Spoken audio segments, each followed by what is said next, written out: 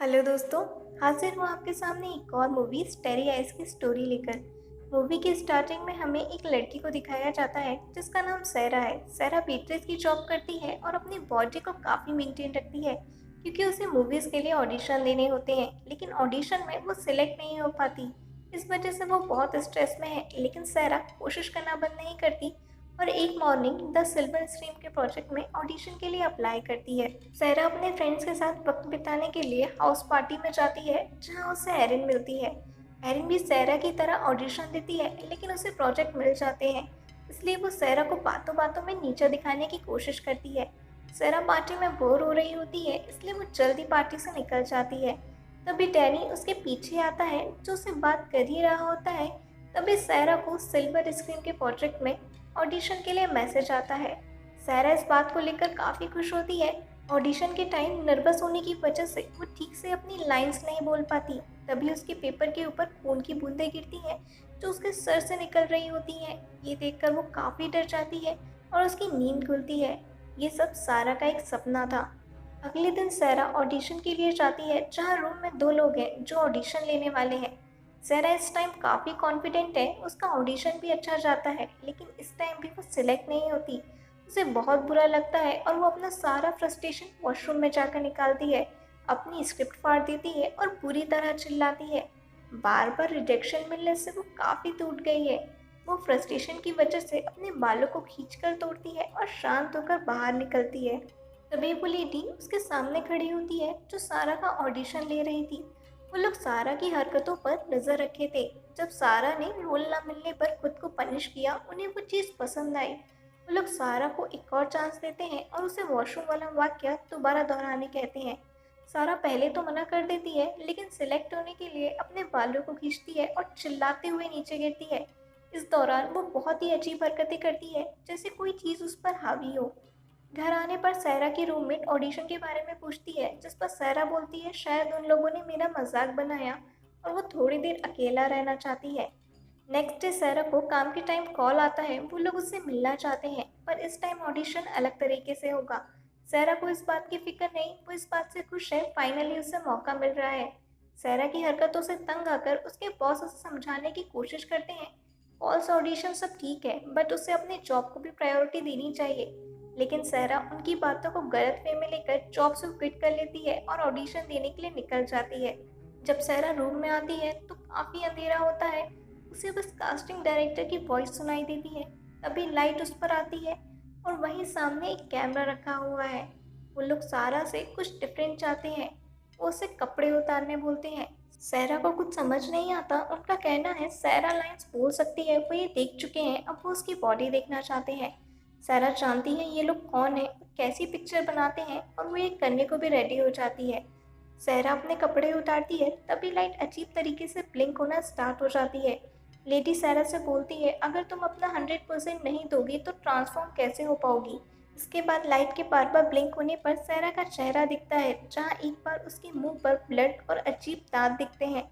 Lady बोलती है वो लोग यही देखना चाहते थे। सारा लेडी के गले में एक पेंडेंट दिखती है, लेकिन उसका ध्यान इस बात पर ज़्यादा है कि वो लोग उससे खुश हैं और शायद अब उसे रोल मिल जाएगा। सारा अपने फ्रेंड्स को पूल पार्टी में ज्वाइन करती है जहां वो उसके ऑडिशन के बारे में बात करती है, लेकिन एरिन इस बात से ज़्यादा खुश नहीं है। साफ पता चलता है एरिन उससे काफ़ी जेलस है। सारा चेंज करने ऊपर रूम में जाती है जहाँ ट्रेस उसे मिलती है। दोनों बातें कर रहे होते हैं, तभी एरिन की चिल्लाने की आवाज़ आती है और वो गिर जाती है। उसकी नाक से ब्लड आने लगता है। सारा इसे देखकर काफ़ी खुश होती है, जो ट्रेस को अजीब लगता है। सारा को उसी ऑडिशन के नाइटमेयर आते हैं और वो डर कर उठती है। तभी उस लेडी का कॉल आता है ये बताने के लिए प्रोड्यूसर उससे मिलना चाहते हैं।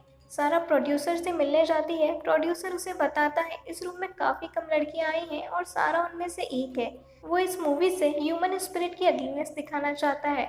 वो पूछता है सारा अपने बाल क्यों खींचती है, जिस पर सारा का कहना है ये उसकी आदत है जो बचपन से करती आई है, इससे वो फोकस रहती है। प्रोड्यूसर उसे बड़े बड़े सपने दिखाकर रोल उसे ऑफर करता है, जिस पर सारा को यकीन नहीं होता। सारा अपनी इमोशन शेयर कर रही होती है, तभी प्रोड्यूसर उसे गलत टच करता है। उसका कहना है अगर सारा उसके साथ इंटीमेट होगी तो वो उसे स्टार बना देगा। सारा ऐसा नहीं कर सकती, इसलिए वहाँ से चली जाती है। घर आकर सारा बहुत रोती है क्योंकि वो श्योर थी उसे ये रोल मिल जाएगा। इस वजह से उसने अपनी जॉब भी क्विट कर दी थी। ट्रेस आकर उसे संभालती है और डैनी से बात करने कहती है, जो एक छोटी मूवी में सारा को लेकर काम करना चाहता है। सारा को फाइनली अकल आती है, उसे अपनी जॉब क्विट नहीं करनी थी, इसलिए वो अपने बॉस से अपने बिहेवियर के लिए माफ़ी मांगती है। वो उसे थोड़ी समझाइश देकर वापस जॉब पर रख लेते हैं। सहरा अपने फ्रेंड्स के साथ होती है। डैनी वहाँ उससे बात करने आता है। वो सहरा को अपनी छोटी मूवी के लिए ऑफर देता है, जिस पर वो सहरा की जॉब के बाद काम करेंगे। सहरा उसे हाँ बोल देती है और सेलिब्रेट करने के लिए शैंपेन मांगती है। डैनी उसे एक ड्रग देता है, जिसके बाद सहरा अपने होशो हवास में नहीं रहती। स्विमिंग पूल में सहरा एरिन डैनी को किस करते देखती है। वो समझ जाती है डैनी एरिन को मूवी में लेगा। प्रोड्यूसर की बात उसके दिमाग में घूमती है। लोग इस बारे में बात नहीं करते वो क्या कर रहे हैं, बस वो करते हैं। तुरंत सरा प्रोड्यूसर के ऑफिस में कॉल करके सॉरी बोलती है और लेडी उसे 1 घंटे में मिलने बुलाती है। सैरा को ड्रग का असर था, जो कुछ भी उसे सोचने समझने नहीं दे रहा था, और दूसरा वो कुछ भी करके अपना करियर बनाना चाहती थी। प्रोड्यूसर के घर जाकर सैरा उससे मिलती है। प्रोड्यूसर उससे कहता है, तुम मुझे कन्विंस करने के लिए क्या करोगी जिससे मैं तुम्हारी बातों पर भरोसा करूं? क्या तुम अपनी आंखों को उन आंखों के साथ बदलोगी जो तुम्हें विजन्स दिखाती हैं? अपनी बॉडी छोड़ दोगी और हमारी आवाज़ फॉलो करोगी? क्या तुम अपनी पुरानी ज़िंदगी छोड़कर नई ज़िंदगी की स्टार्टिंग करोगी? सारा सब एक्सेप्ट करती है और वही करती है जो प्रोड्यूसर चाहता था। और उस टाइम प्रोड्यूसर के हाथ पर वही सिंबल दिखता है जो लेडी के पेंडेंट में था। और इसी टाइम कुछ लोग मास्क लगाए वहाँ आते हैं। अगली सुबह सारा अपने बेड पर होती है और अपने पीठ में काफ़ी दर्द महसूस करती है। काम पर भी उसकी हालत ठीक नहीं है, ना ही वो अपने होशो हवास में है, जिस वजह से वो अपने बॉस को थप्पड़ मार देती है। अपने फ्रेंड्स के साथ ड्रिंक करते टाइम वो कपड़े उतारना चालू कर देती है। उसका एक फ्रेंड उसकी पिक लेने लगता है और बाकी सब उसे ऐसा करने से रोकते हैं। तभी सहरा वहाँ से भाग जाती है। सारी वॉइसेस सहरा के दिमाग में घूमती है। सहरा की हालत बद से बदतर हो रही है, उसके बाल गिरना स्टार्ट हो रहे हैं, वो कुछ खा नहीं पा रही। ट्रेस से भी उसकी लड़ाई हो जाती है क्योंकि उसे लगता है सब उसका मजाक उड़ा रहे हैं।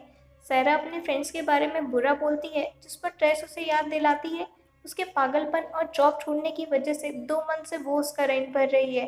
सहरा चुपचाप अपने रूम में आती है और प्रोड्यूसर के ऑफिस से आए पैसे देखती है, जो वो ट्रेस के मुंह पर फेंक कर वापस रूम में आ जाती है। तभी अचानक वो लेडी सहरा के मुंह में कपड़ा डालती है ताकि उसकी आवाज़ बाहर न जाए। वो लोग सहरा को विजन दिखाते हैं और वो खुद को देखती है, जहाँ उसके गले में वही सिंबल वाला पेंडेंट है। सहरा काफ़ी मुश्किल से उठती है, उसके नाखून टूट रहे हैं, सर से बाल निकल रहे हैं, उसे ब्लीडिंग हो रही है, वॉमिट में उसके मुंह से वॉम निकल रहे हैं, उसकी बॉडी धीरे धीरे सड़ रही है और वो मर रही है।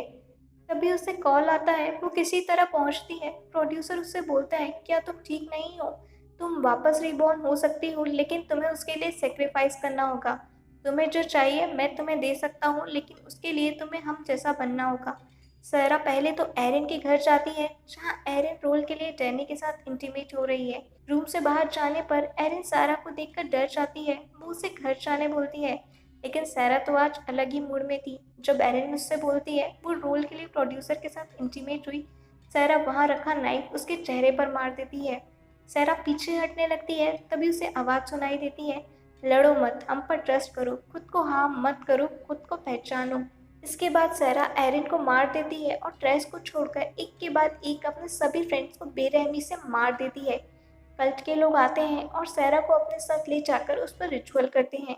मॉर्निंग सारा मिट्टी से निकलती है जैसे अभी उसका बर्थ हुआ है। वहाँ सारा के लिए एक बॉक्स भी रखा हुआ है जिस पर हैप्पी बर्थडे लिखा है। सारा घर आती है और ट्रेस को भी मार देती है, उनमें से एक बन जाती है। वो हर कीमत पर एक ही चीज़ चाहती थी जो उसे मिल गई, और मूवी यहीं ख़त्म हो जाती है। ये कहानी एक ऐसे कल्ट की है जो लोगों के डिमोनिक साइड को बाहर लाकर उनका रिबॉर्न करता है। ये ऐसे लोगों को चुनते हैं जो अपने सपनों के लिए कुछ भी करने को तैयार हो। सहरा इन सब चीज़ों से बच सकती थी, लेकिन वो वापस आई।